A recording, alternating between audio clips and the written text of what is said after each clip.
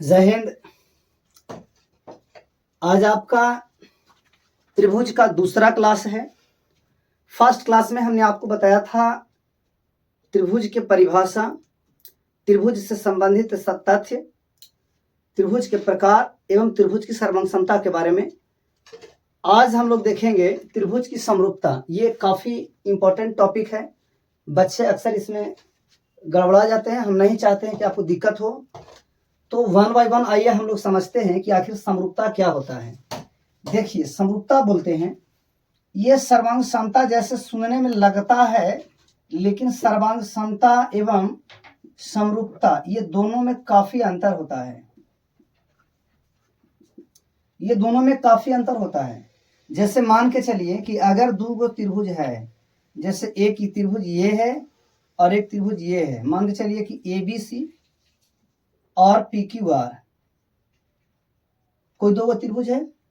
अगर इन दोनों त्रिभुज की भुजाएं एग्जैक्ट बराबर है, जैसे अगर हम ये मान के चलें कि पहला त्रिभुज का AB भुजा ले लें, दूसरा त्रिभुज का PQ भुजा ले लें। अगर हम पहले त्रिभुज का नीचे वाला भुजा BC ले लें और दूसरे त्रिभुज का नीचे वाला भुजा QR की बात करें, अगर हम पहले त्रिभुज की राइट वाली भुजा AC की बात करें और दूसरे वाले त्रिभुज की भुजा PR की बात करें, आप देख रहे हैं कि त्रिभुज की ये तीनों संगत भुजाएं जो हैं परस्पर, एक वर्ड है परस्पर। परस्पर का मतलब होता है एक दूसरे से। ये जो भुजाएं हैं परस्पर जो है यानी एक दूसरे से बराबर हैं, एग्जैक्ट बराबर हैं। अगर किसी त्रिभुज की भुजाएं परस्पर एग्जैक्ट बराबर हो, परस्पर बराबर हो, तब हम ये कहेंगे कि ये जो रिलेशन है ये सर्वांग समता का है। एग्जैक्ट बराबर का जो रिलेशन आता है वो सर्वांग समता का ही होता है।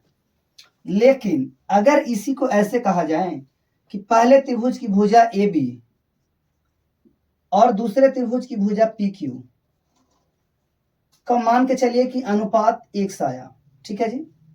दूसरे त्रिभुज की जो भुजा BC है, पहले त्रिभुज की भुजा BC है और दूसरे त्रिभुज की भुजा जो है अगर हम QR ले लेते हैं और इसका भी अनुपात अगर मान के चलिए कि 1 आता है, ठीक है जी। तो एक और भुजा के ले लीजिए तीसरा वाला का कि AC का एवं इधर से QR का मान के चलिए PR का कि AC और PR का अनुपात भी अगर 1 आता है, तो आप ये देख पा रहे हैं कि पहले संगत भुजा का अनुपात 1 है, दूसरे संगत भुजा का अनुपात 1 है, तीसरे संगत भुजा का अनुपात है। इसका मतलब हम ये कह सकते हैं कि इनके तीनों भुजाओं का जो अनुपात है वो बराबर है। पहले त्रिभुज की तीनों भुजाएं दूसरे त्रिभुज की संगत तीनों भुजाओं के अनुपात के बराबर हैं। मतलब पहले आप देख रहे थे कि त्रिभुज की जो तीनों भुजाएं थी वो एग्जैक्ट बराबर थी। हालांकि यहाँ पर एग्जैक्ट बराबर नहीं है बल्कि अनुपात में बराबर है। मतलब तीनों का जो रेशियो आ रहा है वो बराबर आ रहा है। यहाँ तीनों भुजाएं एग्जैक्ट बराबर नहीं होकर के तीनों भुजाओं का जो रेशियो है वो बराबर आ रहा है। अगर दो त्रिभुजों की भुजाएं एग्जैक्ट बराबर हैं तब हम ये कहेंगे कि वो सर्वांग होंगे। अगर दो त्रिभुजों की भुजाएं अगर बटा में हो और बराबर हो, मतलब अनुपातिक बराबर हो यानी समानुपातिक हो, तब ये कहेंगे कि वो समरूप हैं। ये दोनों त्रिभुजों का जो रिलेशन है वो समरूप होगा जब इनका अनुपात में बराबर होगा। ये दोनों त्रिभुजों का रिलेशन सर्वांग होगा अगर तीनों की भुजाएं एग्जैक्ट बराबर होंगी। आई होप आप समझ पा रहे होंगे। आइए आगे हम लोग देखने का प्रयास करते हैं। तो आप समरूपता अगर आप समझ रहे होंगे, आइए हम मान के चलते हैं कि आपको सर्वांग समता और समरूपता में थोड़ा सा का फर्क समझ में आया है। तो आइए हम समरूपता को थोड़ा और डीप से समझने का प्रयास करते हैं कि समरूपता में और क्या क्या हो सकता है। समरूप होने के 4 शर्त हैं। मतलब समरूपता 4 प्रकार के होता है, हम ऐसा कह सकते हैं। समरूपता का जो पहला प्रकार होता है वो होता है एस समरूपता। ये है, हालांकि इसका डेफिनेशन पहले से जो है प्रिंटेड है बोर्ड पे, ताकि आप आसानी से नोट कर सके। वीडियो बहुत ज्यादा लेंदी और लंबा ना हो, इसके लिए चीजें छाप दी गई है, लेकिन आपको समझना है। समझने के लिए आइए हम देखते हैं एस समरूपता क्या होता है। जैसे मान के चलिए दो गो त्रिभुज है, एक त्रिभुज का नाम दिया हुआ है ABC। जैसे मान के चलिए कि ABC कोई त्रिभुज है और एक और त्रिभुज है PQR और दोनों त्रिभुज की, देखिए एस का मतलब होता है साइड, साइड का मतलब भुजा।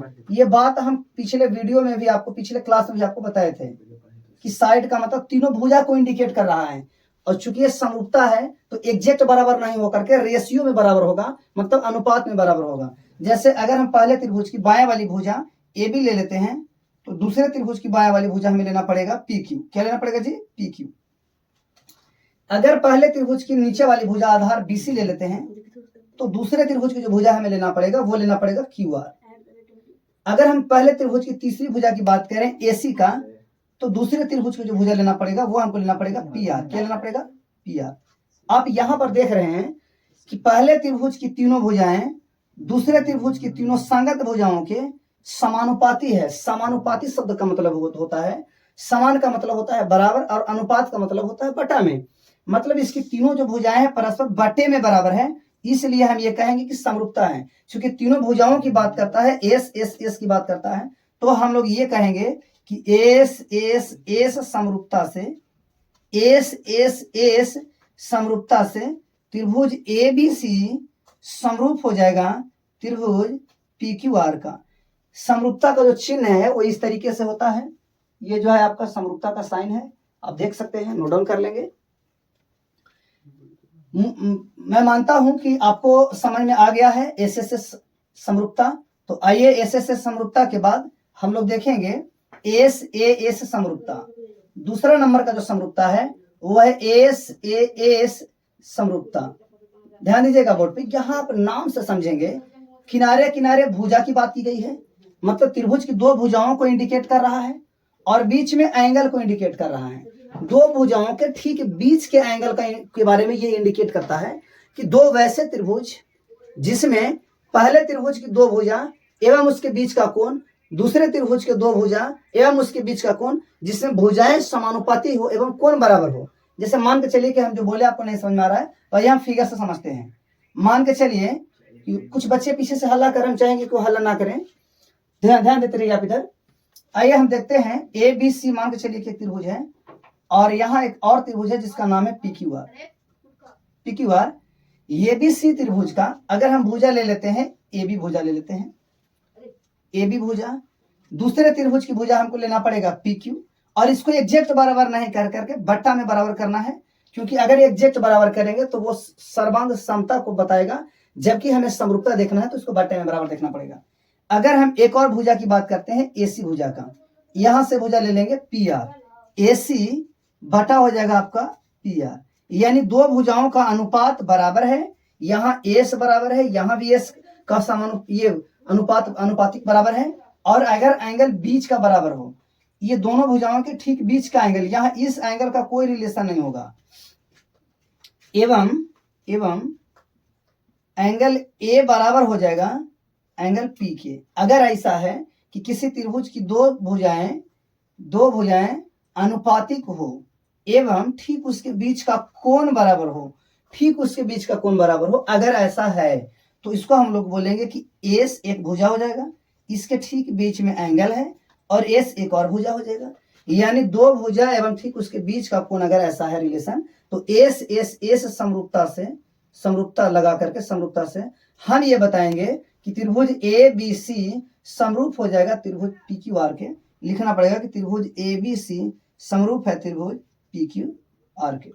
आई होप कि आप ये भी समझ रहे होंगे। चलिए तीसरे नंबर का समरूपता हम लोग देखेंगे जिसका नाम है ए समरूपता। तीसरे नंबर का समरूपता जिसको नहीं समझ में आएगा, मान के चलिए कि उस बच्चे को क्या कहा जाए, खैर मे भी आपको ये समझ में आ जाएगा, बहुत आसान है ये। ए से आप समझेंगे, ए का मतलब होता है एंगल, एंगल मतलब कोण, यानी तीनों कोण को इंडिकेट कर रहा है। और आप जान रहे हैं कि समरूपता और सर्वांग समता एक त्रिभुज में तो बताया ही नहीं जा सकता है, क्योंकि दो त्रिभुजों को कंपेयर करके यह देखा जाता है कि भुजाएं कैसी है या कोण कैसा है, ये दोनों का रिलेशन कैसा है। मान के चलिए कि दो त्रिभुज है, एक त्रिभुज का नाम हम ले लेते हैं ए बी सी, दूसरे त्रिभुज का नाम ले लेते हैं आरजेडी।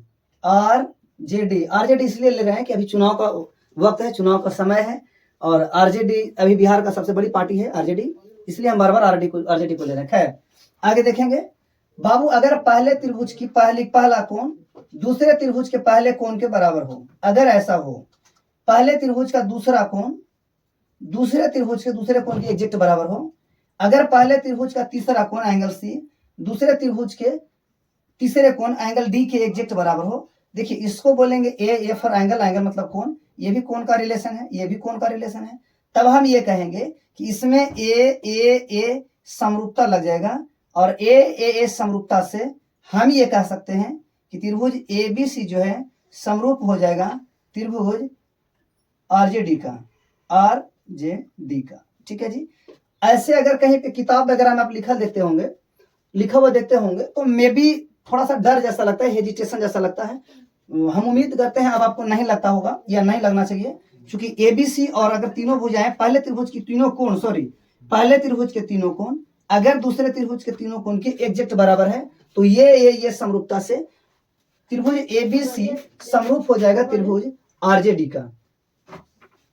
आइए समरूपता का सबसे लास्ट टॉपिक देखेंगे, वो है आपका ए समरूपता। आप ये भी आसानी से समझ रहे होंगे, इसके नाम में ही आंसर छुपा हुआ है। जैसे कहता है कि दो वैसे त्रिभुज जिसके कोई दो संगत कोण परस्पर बराबर हो, मान के चलिए कि ए बी सी और पी क्यू आर दो त्रिभुज है। ए बी सी, इस त्रिभुज का नाम दे देते हैं ए बी सी, इस त्रिभुज का नाम हम लोग ले लेते हैं पी क्यू आर। मतलब ए बी सी और पी क्यू आर कोई दो त्रिभुज है। इसमें अगर ऐसा हो कि यदि एंगल ए बराबर हो जाए एंगल पी का, एंगल बी बराबर हो जाए एंगल क्यू का, यानी दो कोण भी आपस में बराबर हैं, तो चूंकि ए फॉर एंगल हो जाएगा तो ए समरूपता लग जाएगा इसमें, और ए समरूपता से त्रिभुज ए बी सी समरूप हो जाएगा त्रिभुज पी क्यू आर के। इससे आपको घबराना नहीं है, ये धीरे धीरे आपको सीख जाना है कि कौन सा लैंग्वेज मुझे कैसे लिखना है। आई होप कि आप इसको समझ रहे होंगे। आइए आप इसका स्क्रीनशॉट कर लीजिए, क्योंकि आपको इसको फिर से नोट्स बनाना होगा।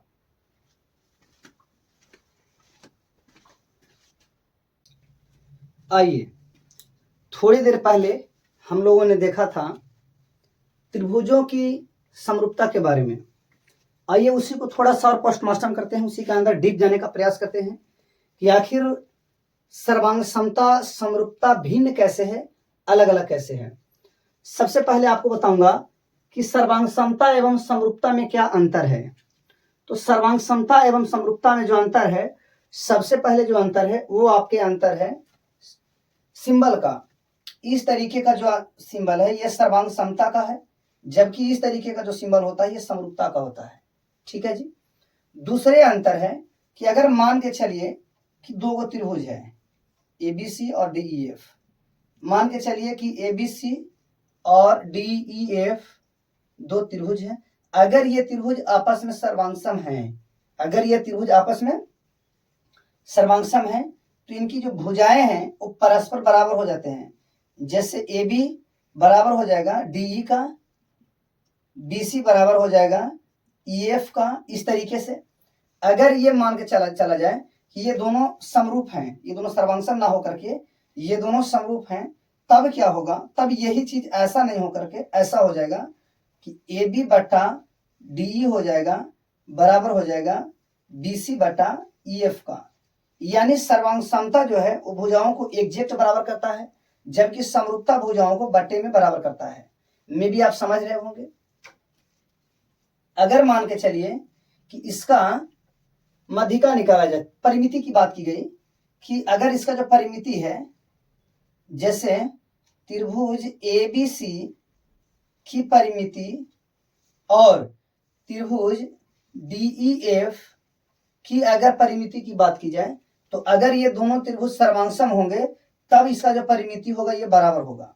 अगर ये त्रिभुज दोनों सर्वांगसम होगा तब इसका परिमिति बराबर होगा। लेकिन अगर ये दोनों सर्वांगसम ना होकर के समरूप है, मान के चलिए कि इसके बारे में ये पता चलता है कि ये दोनों त्रिभुज समरूप हैं, तब आपका क्या हो जाएगा कि एबीसी का जो परिमाप होगा, त्रिभुज एबीसी का परिमाप हो जाएगा बट्टे में त्रिभुज डीईएफ का परिमाप ले लेंगे, एवं परिमापों का जो अनुपात है वो भुजा के अनुपात के एग्जैक्ट बराबर होता है।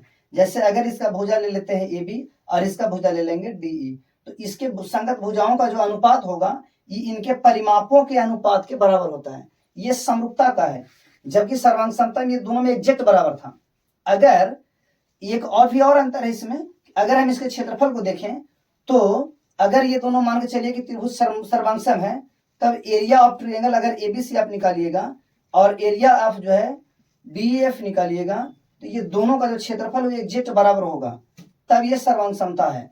अगर ये सर्वांगसम है तो ये क्षेत्रफल आपस में बराबर होते हैं, लेकिन अगर ये दोनों समरूप हैं तो फिर वही बात, इसका क्षेत्रफल बराबर नहीं होगा, एग्जैक्ट बराबर नहीं कर करके आपको इसका अनुपात निकालना होगा। और अगर आप क्षेत्रफल का अनुपात निकाल रहे हैं, ABC और DEF के क्षेत्रफल का अनुपात निकाल रहे हैं, तो इनकी जो भुजाओं जो है, जैसे मान के चलिए कि इसका अगर हम AB ले लेते हैं भुजा और इसका भुजा DE ले लेते हैं, तो इसके क्षेत्रफलों का जो अनुपात है संगत भुजाओं के स्क्वायर के अनुपात के बराबर है, वर्ग के अनुपात के बराबर होता है। ठीक है जी, में भी आप समझ रहे होंगे। चलिए, ये था समरूपता और सर्वांग समता में फर्क यानी अंतर। अभी आपको एक चीज बताया गया है बोर्ड पर, थोड़ा सा है क्या ना कि बच्चे अक्सर एक चीज में गड़बड़ाते हैं, और वो ये चीजें हैं कि सर अगर संगत कोण दिया हुआ है या संगत भुजा दिया हुआ है तो त्रिभुज का नाम कैसे बताएंगे, या त्रिभुज का नाम दिया हुआ है तो त्रिभुज को नाम देख करके संगत कोण एवं संगत भुजा लिखने में, दर्शाने में जिनको परेशानी या दिक्कत होती है, आइए उसको भी देख लेते हैं। बहुत छोटा चीज है ये, है क्या कि जैसे संगत कोण एवं संगत भुजा को देखकर समरूप त्रिभुज का सही नाम बताना। जैसे मान के चलिए कि अगर यहाँ त्रिभुज ABC दिया हुआ है, यह एक त्रिभुज है जिसका नाम है ABC, तथा एक त्रिभुज दिया हुआ है PQR। अब डाउट को एक बार समझिए, इसमें बाएं वाले भुजा में सिंगल डाउट है और इसमें यह राइट साइड वाला जो भुजा है इसमें सिंगल डाउट है। इसका मतलब इसका संगत भुजा ये ना हो करके इसका संगत भुजा ये होगा, समझ रहे हैं जी। इसका नीचे वाले जो भुजा में इसमें डबल डाउट है और इसके नीचे वाले में डबल डाउट है, इसका मतलब कि इसका संगत भुजा ये होगा। ठीक है जी।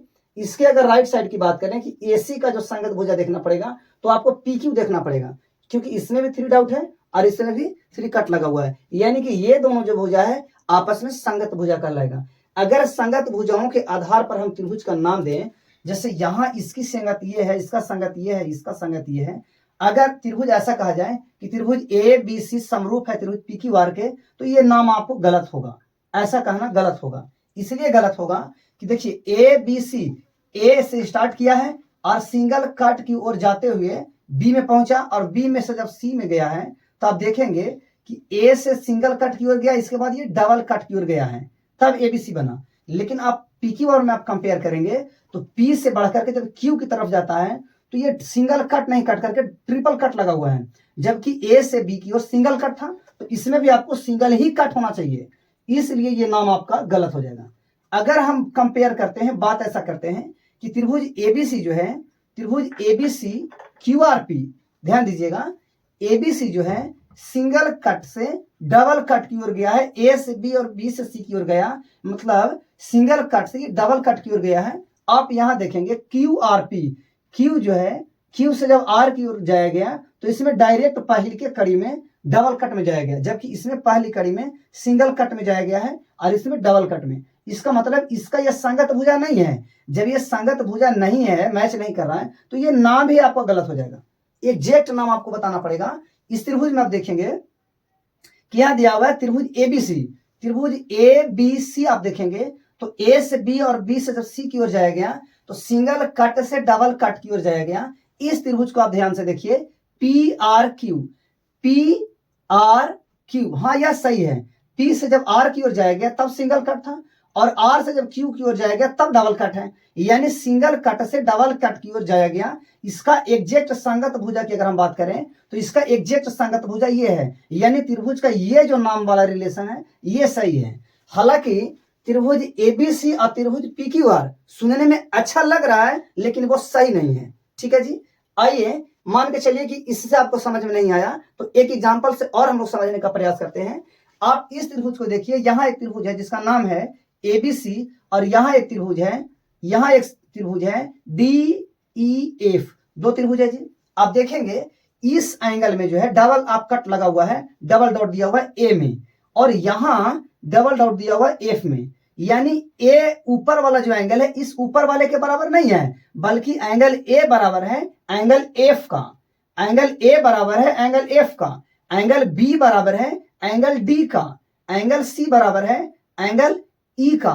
तो आप नाम से मैच कीजिए, जैसे ये भी सी दिया हुआ है और यहाँ डी एफ दिया हुआ है, ए यानी डबल कट, डबल कट दिया हुआ है, और बी सिंगल कट यानी डबल से सिंगल की ओर गया है, डबल डॉट से सिंगल डॉट की ओर जाया गया। अच्छा इसमें देखिए डी जरा, डी डायरेक्ट सिंगल कट से स्टार्ट किया है, इसमें डबल कट से स्टार्ट किया गया और इसमें सिंगल कट से। इसका मतलब ये पहिलका का पहिलका एग्जैक्ट संगत नहीं है, यानी ये नाम आपका रॉन्ग हो जाएगा। इसमें देखिए बी से स्टार्ट किया गया है यानी सिंगल कट से स्टार्ट किया गया, और इसमें ई से स्टार्ट किया गया यानी ट्रिपल कट से स्टार्ट किया गया। इसका भी एग्जैक्ट संगत कोण ये नहीं है, मतलब ये नाम भी आपका गलत हो जाएगा। यहां देखेंगे ए है जी यानी डबल कट, बी है जी single cut, C triple cut, double से सिंगल और सिंगल से ट्रिपल। एफ देखिए डबल कट है, हाँ सही है, इसका ये संगत होगा, ए का संगत एफ है, बात सही है। बी और डी बराबर है, हाँ बी पर सिंगल और डी पर सिंगल सही है। एफ और सी बराबर, यहाँ सी और यहाँ ई बराबर है, हाँ सी और ई ट्रिपल कट बराबर है, यानी इसका एग्जैक्ट संगत ये हो जाएगा। तो हम कहेंगे कि त्रिभुज का एबीसी की जो समरूप त्रिभुज होगा वो ऊपर दो ना होकर के ये तीसरा सही है। हाँ ये बात सही है कि एबीसी के साथ डीईएफ सुनने में अच्छा लग रहा है, लेकिन वो सही नहीं है। डन, मे भी आप समझ गए होंगे, और अगर नहीं आप समझे हैं तो वीडियो को थोड़ा सा स्किप करके पीछे की ओर जाकर के आप देख सकते हैं, 2 बार 3 बार समझ में आ जाएगा। आइए मान के चलिए कि इसमें भी नहीं आया तो एक और नीचे रिलेशन दिया हुआ है, यदि त्रिभुज एबीसी समरूप है पीक्यूआर के, त्रिभुज एबीसी दिया हुआ है, पीक्यूआर के समरूप अगर आता है, एबीसी सॉरी पीक्यूआर नहीं है सॉरी, अगर एबीसी समरूप है क्यूआर पी के, तो देखिए भुजा का नाम आपको कैसे लिखना है। इसमें से शुरुआती के 2 लगातार बिंदु लिया गया है, तो इसमें भी आपको शुरुआती के 2 लगातार बिंदु लेना है, यानी ए बी बटा आपका क्यू आर लेना है। ए बी बटा क्यू आर सही है जी। इसमें अगर ऊपर 2 बाद वाला लास्ट के 2 बिंदु लेते हैं बी और सी, तो यहां भी आपको लास्ट का 2 बिंदु लेना पड़ेगा आर और पी। इसके साथ ये भी सेट है।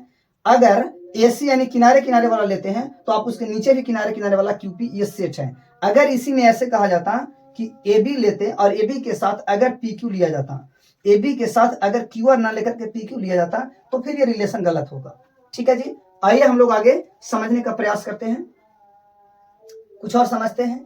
कभी कभी मान के चलिए कि आप मैथ बना रहे हैं, सॉल्यूशन कर रहे हैं, और सॉल्यूशन के समय में बीच में 2 त्रिभुज को आप सर्वांगसम बता देते हैं। आपको मैथ बनाने के क्रम में ऐसा होता है कि 2 त्रिभुज सर्वांगसम हो गया, तो अगर 2 त्रिभुज सर्वांगसम है तो आपको क्या क्या प्रोडक्ट मिल सकता है, मतलब क्या क्या उसका आंसर हो सकता है, वो आप समझिए।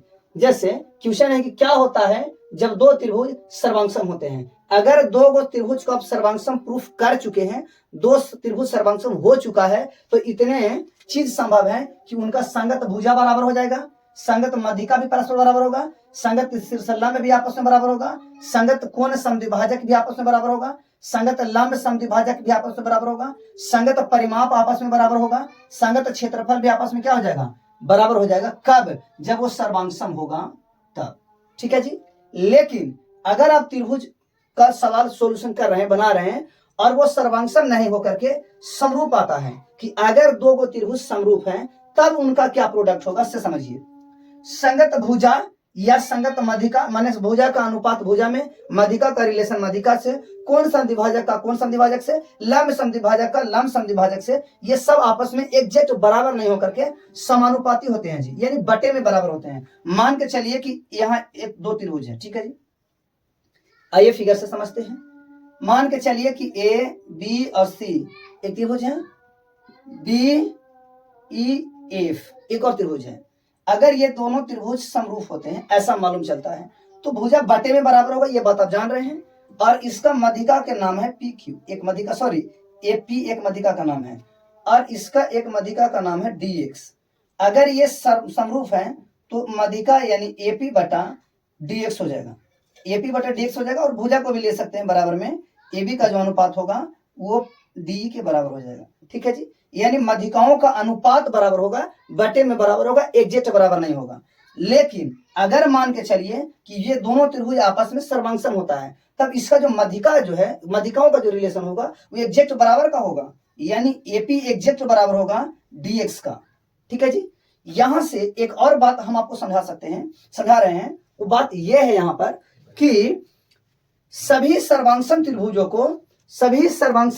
को हम समरूप कह सकते हैं।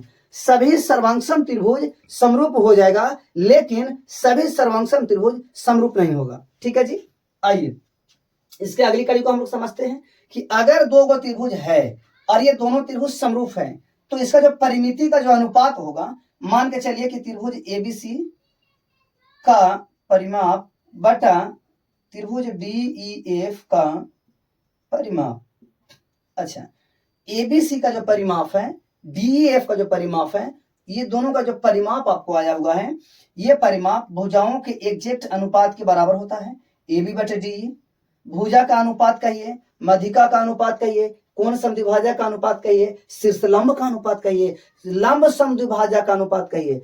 कहने का मतलब कि यदि दो गो त्रिभुज आपस में समरूप है, तो उनके त्रिभुजों का जो त्रिभुज है, उनके परिमापों का जो अनुपात है, संगत भुजाओं, मध्यिकाओं इत्यादि के अनुपात के एग्जैक्ट बराबर होता है। ठीक है जी।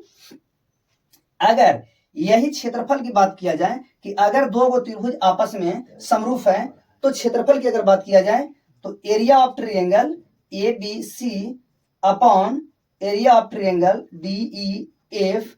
कहने का मतलब कि त्रिभुज एबीसी का जो क्षेत्रफल है और त्रिभुज डीएफ का जो क्षेत्रफल है, दोनों का अगर रेशियो निकालें तो ये जो भुजाओं का जो अनुपात है, ये भुजाओं के एग्जैक्ट अनुपात के बराबर ना होकर के इसके वर्ग के अनुपात के बराबर होता है।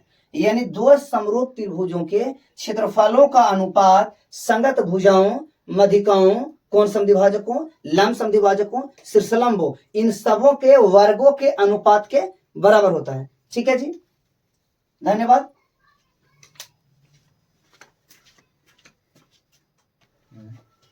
इसके पहले आप लोगों ने देखा था त्रिभुजों की समरूपता और सर्वांगसमता में अंतर, और डीप से आपको पढ़ाया गया समरूपता।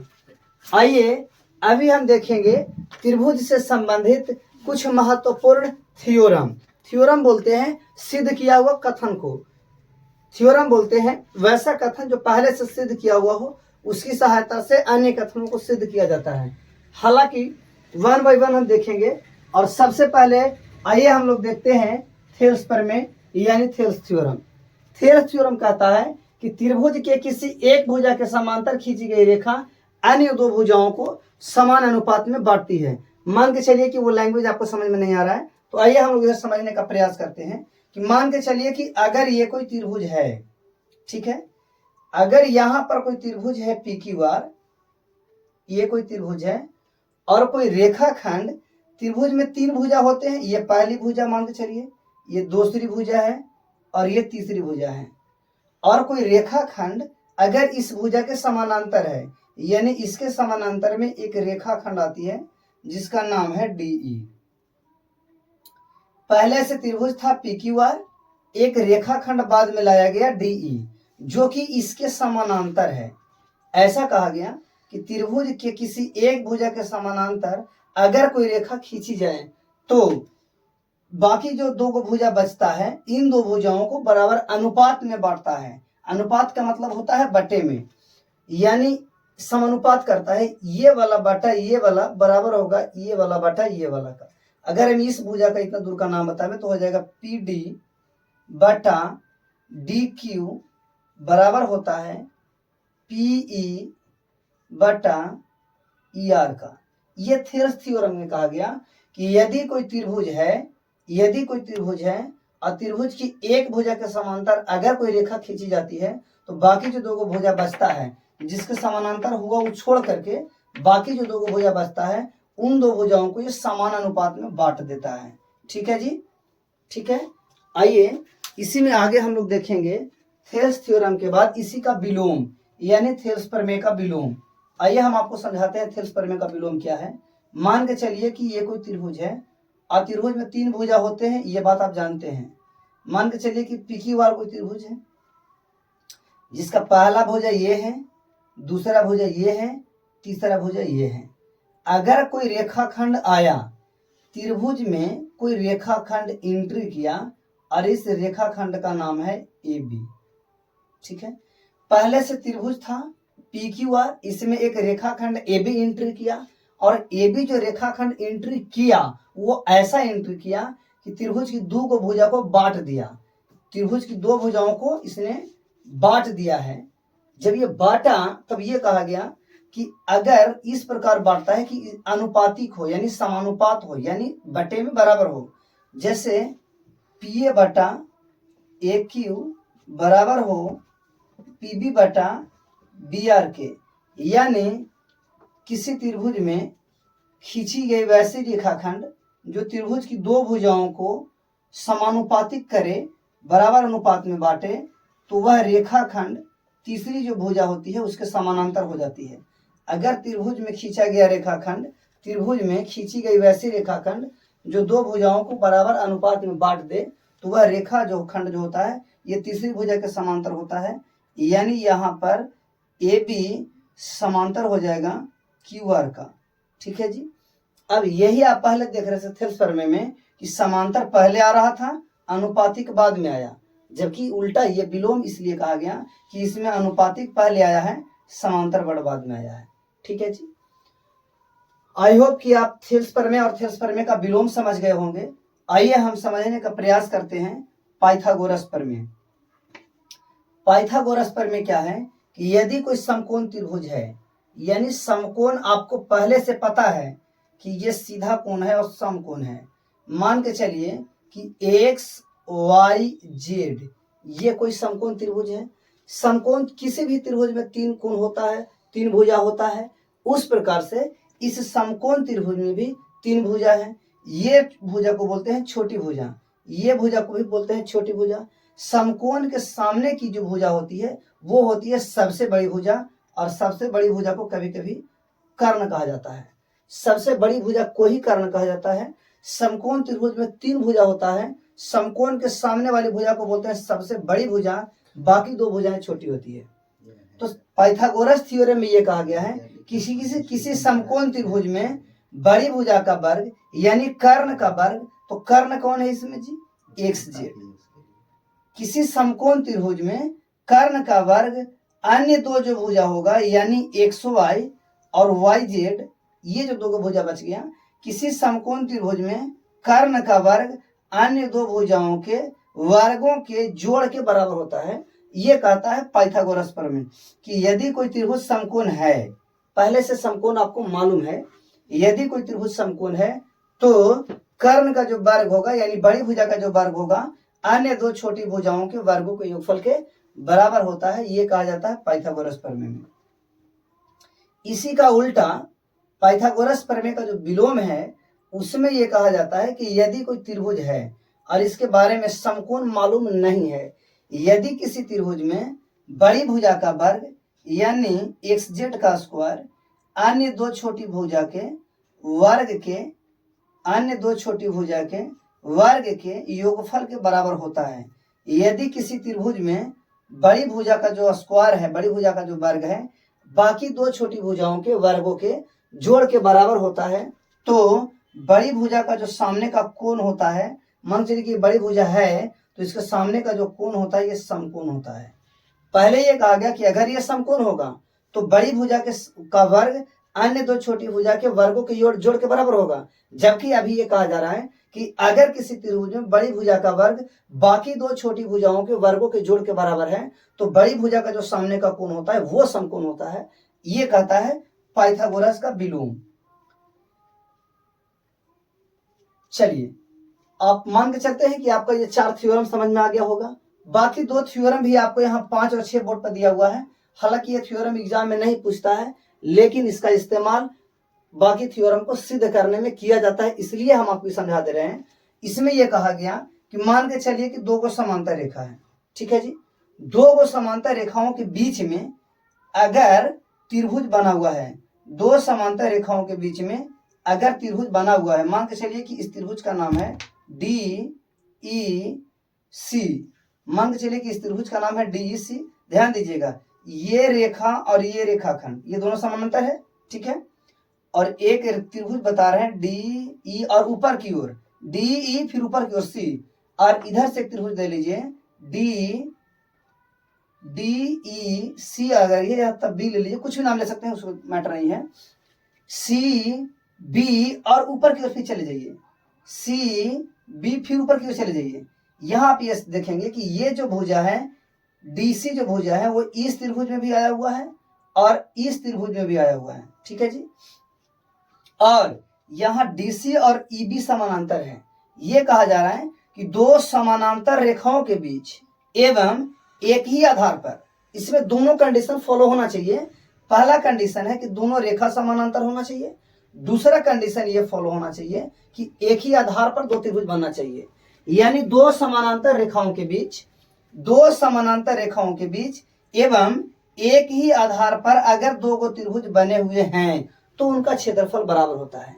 दो समानांतर रेखाओं के बीच एवं एक ही आधार पर बने त्रिभुजों का क्षेत्रफल परस्पर बराबर होता है। परस्पर का मतलब होता है एक दूसरे में, यानी पहले त्रिभुज का क्षेत्रफल दूसरे त्रिभुज के क्षेत्रफल के बराबर होगा।